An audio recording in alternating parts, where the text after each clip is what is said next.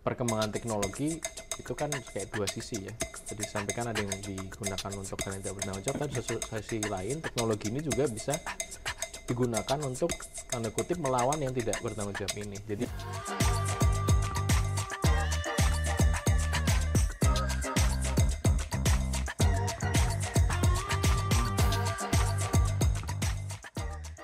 Oke, Mas Irwan, terima kasih Mas. Tadi udah sempat mention soal SIM swapping, tapi itu mungkin akan kita simpan dulu Mas di pertanyaan-pertanyaan berikutnya, karena hal itu menarik juga untuk kita bahas Mas. Nah, berkaitan dengan tadi resiko-resiko yang tadi sudah Mas jelaskan, tentu kan sebetulnya itu menjadi bentuk atau wujud bahwa ancaman itu memang ada ya Mas ya. Dalam arti terlebih di dalam sektor jasa keuangan tentu kita bisa melihat bagaimana sebetulnya banyak lapisan-lapisan proses yang sebetulnya itu memungkinkan terjadinya proses resiko, dan terlebih lagi banyak sekali pihak-pihak yang tidak bertanggung jawab mengambil celah itu dan menjadikan kesempatan untuk mengambil keuntungan bagi mereka. Nah, berkaitan dengan itu kan tentu pada akhirnya masyarakat umum itu kan akan menjadi korban ya Mas. Dalam arti tidak hanya menjadi korban, tentu data-data itu nantinya akan menjadi sebuah resiko yang mana itu masyarakat akan diintai bahwa ternyata berbagai macam resiko itu sebetulnya dekat dengan mereka ini, seperti itu. Nah, dengan meningkatnya resiko-resiko tersebut, kira-kira strategi mitigasi yang menjadi dasar nih Mas dalam melakukan perlindungan data itu atau mungkin perlindungan terhadap individu-individu ini sebetulnya seperti apa sih Mas dari sisi platform seperti itu? ya, makasih Mas Rega. Jadi kalau ditanya sebenarnya mitigasi risikonya seperti apa, sebenarnya kita bisa bilang tiap risiko itu mungkin solusinya nggak sama, bisa jadi. Jadi kita perlu benar-benar pikirkan risiko-risiko itu, diidentifikasi, terus kira-kira solusinya apakah ada yang bisa untuk beberapa hal langsung, atau mungkin ini spesifik, atau mungkin ini masih berkembang.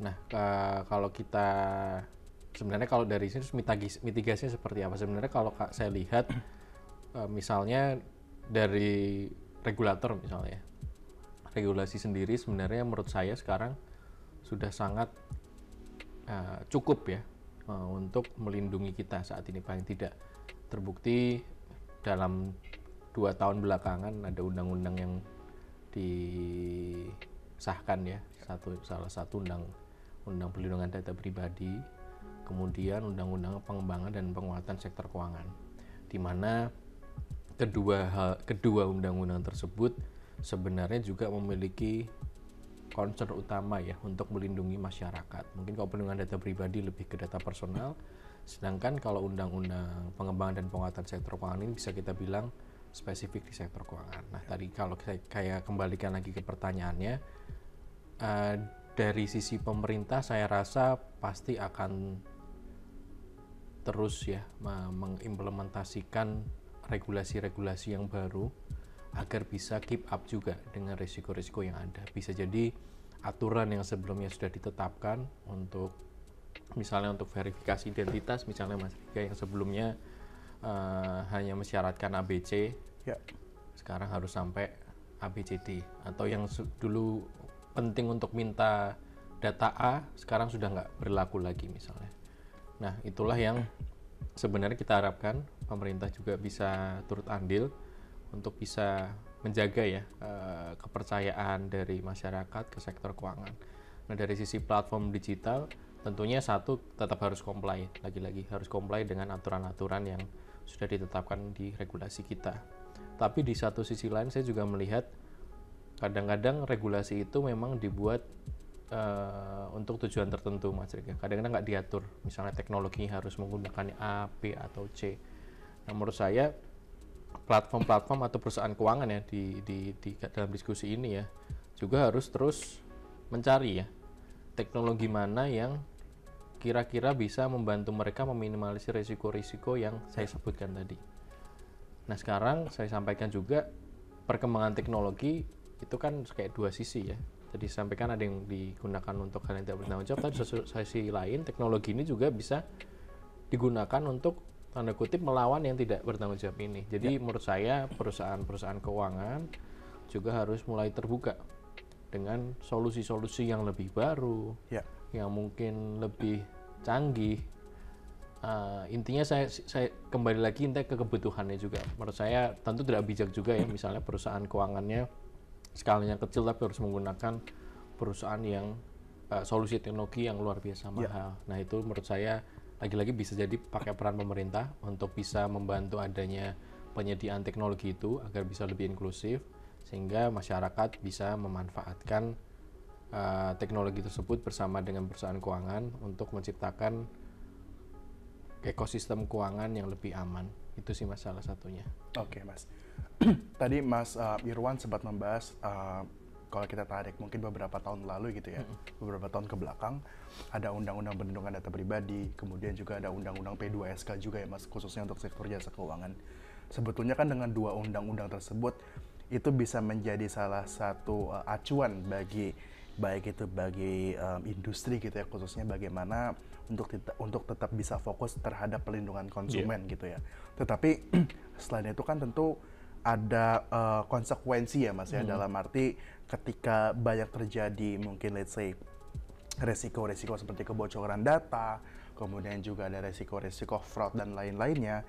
Kira-kira potensi konsekuensi bagi bisnis jika resiko tersebut terus terjadi itu sebenarnya seperti apa sih Mas? Terlebih ketika kita mengambil dari sudut pandang perlindungan konsumen kan yang jelas akan dirugikan adalah konsumen tersebut ya Mas, masyarakat secara luas. Kira-kira konsekuensi bagi bisnis sebenarnya seperti apa Mas? Ketika mereka mungkin bisa dikatakan satu tidak comply dengan peraturan yang ada, kemudian juga yang kedua juga dari sisi teknologi juga mungkin mereka belum bisa memanfaatkan dengan adanya beragam teknologi yang ada di industri sekarang ini seperti apa Mas? Ya, jadi menurut saya dengan disahkannya kedua undang-undang tersebut, Undang-Undang Perlindungan Data Pribadi dan Undang-Undang Pengembangan dan Penguatan Sektor Keuangan ini menunjukkan keseriusan pemerintah ya Mas Rega untuk lebih fokus lagi melindungi masyarakat seperti saya sampaikan tadi. Walaupun agak berbeda tapi concernnya sama, bagaimana agar kita bisa melindungi masyarakat di Indonesia ini ketika berinteraksi di dunia digital khususnya, karena data pribadi ini kita nggak bisa lepaskan dari dunia digital, sektor keuangan juga dunia digital.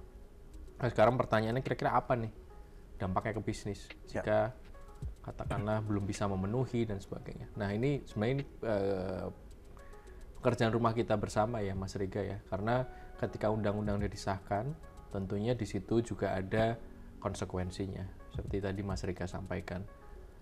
Ada banyak sekali konsekuensi yang akan muncul ketika sebuah perusahaan tidak mampu memenuhi ketentuan atau melanggarnya. Sebenarnya peraturan-peraturan yang lama, regulasi-regulasi di OJK atau misalnya di Bank Indonesia atau di pemerintah di Kominfo sebenarnya mungkin juga sudah ada. Tapi dengan undang-undang ini tentunya akan memberikan apa ya, tadi Mas Rega sampaikan momentum ya, agar penegakannya bisa lebih baik. Nah, assurance ya. Iya, betul. Sehingga kalau ditanya apa yang bisa dirasakan oleh bisnis. Jadi kalau bisnis sekarang tidak bisa keep up juga dengan regulasi, sanksinya sekarang banyak Mas Rik. Bisa sanksinya tuh denda yang jumlahnya tidak sedikit. Bisa dibaca sendiri di Undang-Undang Perlindungan Data Pribadi. Itu satu. Tentunya akan ada sanksi administratif, tergantung dari apa yang dilanggar. Itu baru kedua. Dan yang paling selain denda, menurut saya sanksi administratif itu kita bisa istilahnya paling administratif. Tapi kalau sudah ada sanksi denda, dan mungkin sanksi terberat salah satunya juga ditutup ya operasi dari perusahaannya, atau mungkin kalau ada ternyata ada pidananya dan lain juga bisa, tapi kalau itu udah ranahnya sebenarnya beda. Tapi artinya dengan kedua undang-undang disahkan ini kita juga akan melihat turunannya Mas Rika. Undang-undang ini akan butuh peraturan-peraturan yang mungkin lebih teknis. Jadi mungkin sekarang perusahaan-perusahaan masih melihatnya akan ada diterapkan yang undang-undang ini, kira-kira dampak saya harus menyesuaikan misalnya. Tapi lagi-lagi kadang-kadang ada undang-undang tetapi nggak ada sanksinya, jadi enforcement-nya tidak terlalu tinggi. Nah kita harus tunggu bersama nih, misalnya nanti di perlindungan data pribadi peraturan pemerintahnya akan seperti apa. Sedangkan kalau misalnya di Undang-Undang Pengembangan dan Penguatan Sektor Keuangan, kita akan lihat nih nanti dari OJK tentunya akan mengeluarkan POJK yang akan mendukung terwujudnya hal-hal yang ingin dicapai di Undang-Undang Pengembangan dan Penguatan Sektor Keuangan. Nah, ini menurut saya jadi perhatian bersama.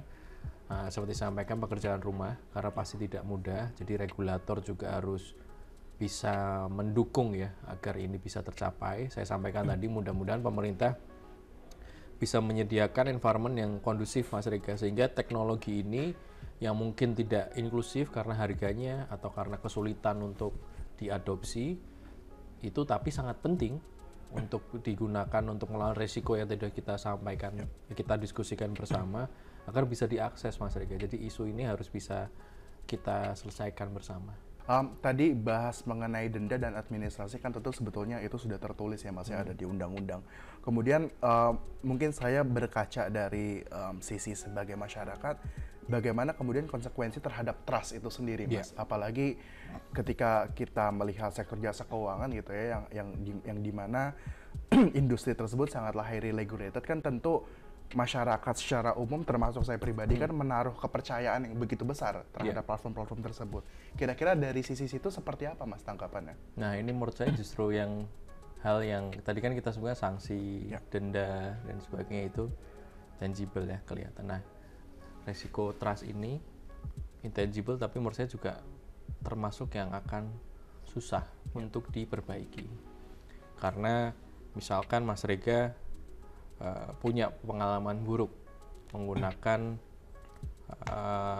layanan dari platform A di sektor keuangan, Mas Rega nggak happy, terus sudah nggak percaya nih, saya nggak mau pakai lagi platform A. Mungkin Mas Rega dengan era sosmed sekarang, mungkin Mas Rega komplain di sosmed, temannya tahu dan sebagainya, dan jika itu tidak terselesaikan, tentunya ini bisa jadi kayak domino effect ya. Artinya akan makin banyak orang yang mungkin tidak percaya.